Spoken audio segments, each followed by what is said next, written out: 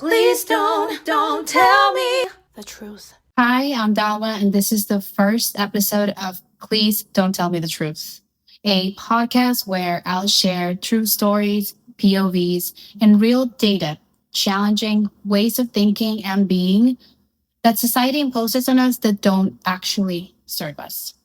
If you like what you hear and see, share it with your network so they can also break free. In this episode, I'm going to show you how cringe culture is just another way designed by society to control us.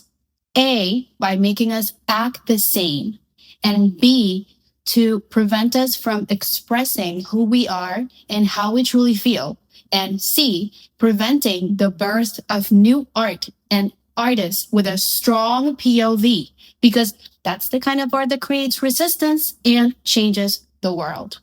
So, what is cringe? Do you guys actually know what cringe is? Cringe is a form of secondhand embarrassment. Let's dissect that. Secondhand embarrassment. So, the person doing the thing is not embarrassed. The person watching them is. So, we could say that the act of feeling cringed out is a textbook projection. But instead of you holding space for that projection and individually analyzing why that makes you feel embarrassed when it's not you who's performing the action. Now, in order for something to be cringe, it needs to be a group. Did you guys know that?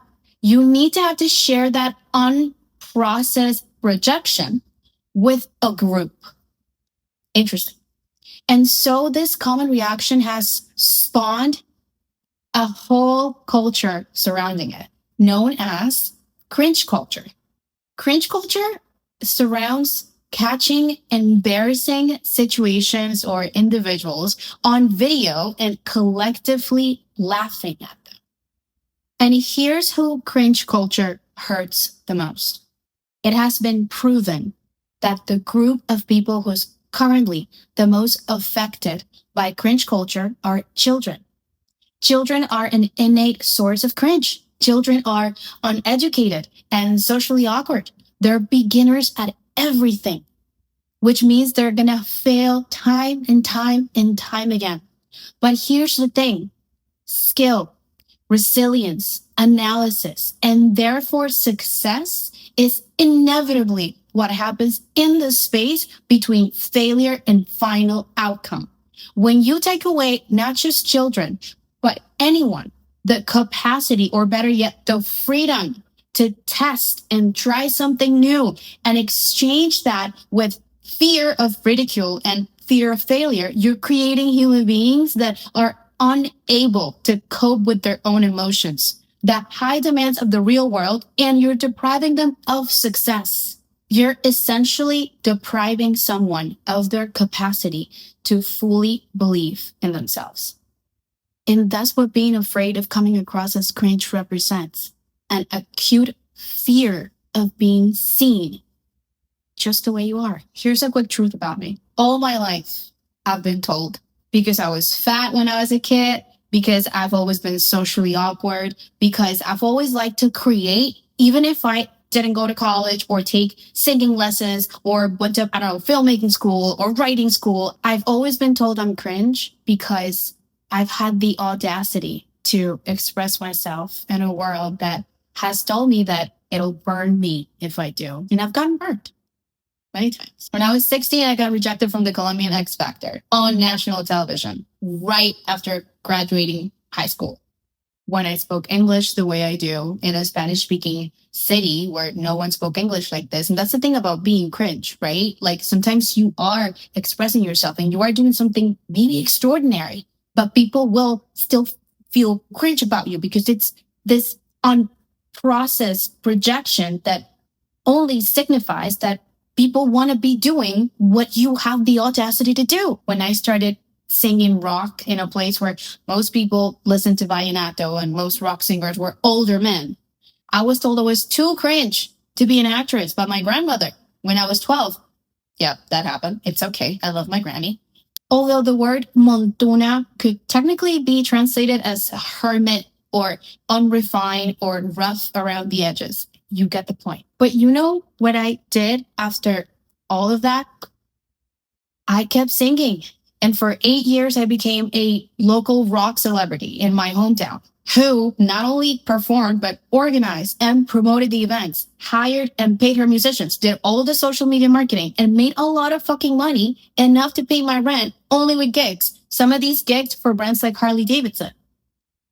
Even though people thought I was cringe when I was singing on stage. I monetized my English, even though people thought it was weird that I was always speaking English since I was 15 years old. I made enough money to pay for my few semesters of college teaching English and actually live alone by 21 in Colombia, where that is unheard of. People sometimes don't even leave their parents' house. My English opened all kinds of money doors for me, including working for American companies while living in Colombia and finding a visa sponsor who paid for over $13,000 in immigration fees, allowing me to create the life in Los Angeles I always wanted or thought I wanted. Now this hermit lives as an actress and content producer in West Hollywood, making money either talking to people through a camera or talking to people behind one. So I'm telling you all of this, not because I'm showing off or anything.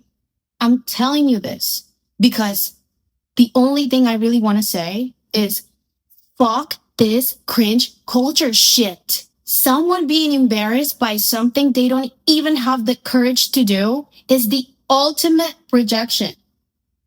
And they should 1000% go to therapy instead of finding other weird people to expand that negative projection with. And that's the truth we don't always want to hear. It is my goal to expand your mind and show you in every episode how the fact of a large group of people believing something doesn't mean you gotta believe it.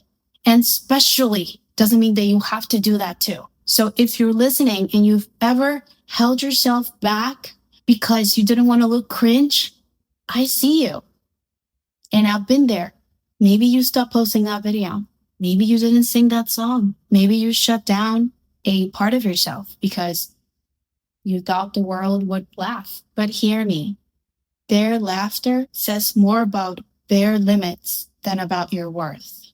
Every piece of art, every change, every breakthrough looked cringe to someone at the beginning. Do it anyway. Here are 3 questions I want you to ask yourself every time you feel afraid of coming across as cringe. 1, who am I afraid will see me being cringe? Why is that?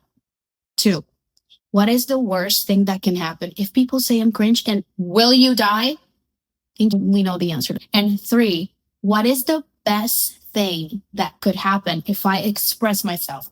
And how would that make me feel? Please let me know your answers via comments, DMs, whatever you want.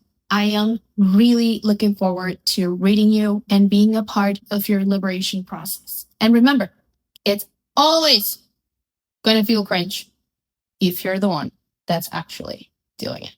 Now go ahead and tell the truth out there. Dalma believes in you. Don't tell me the truth.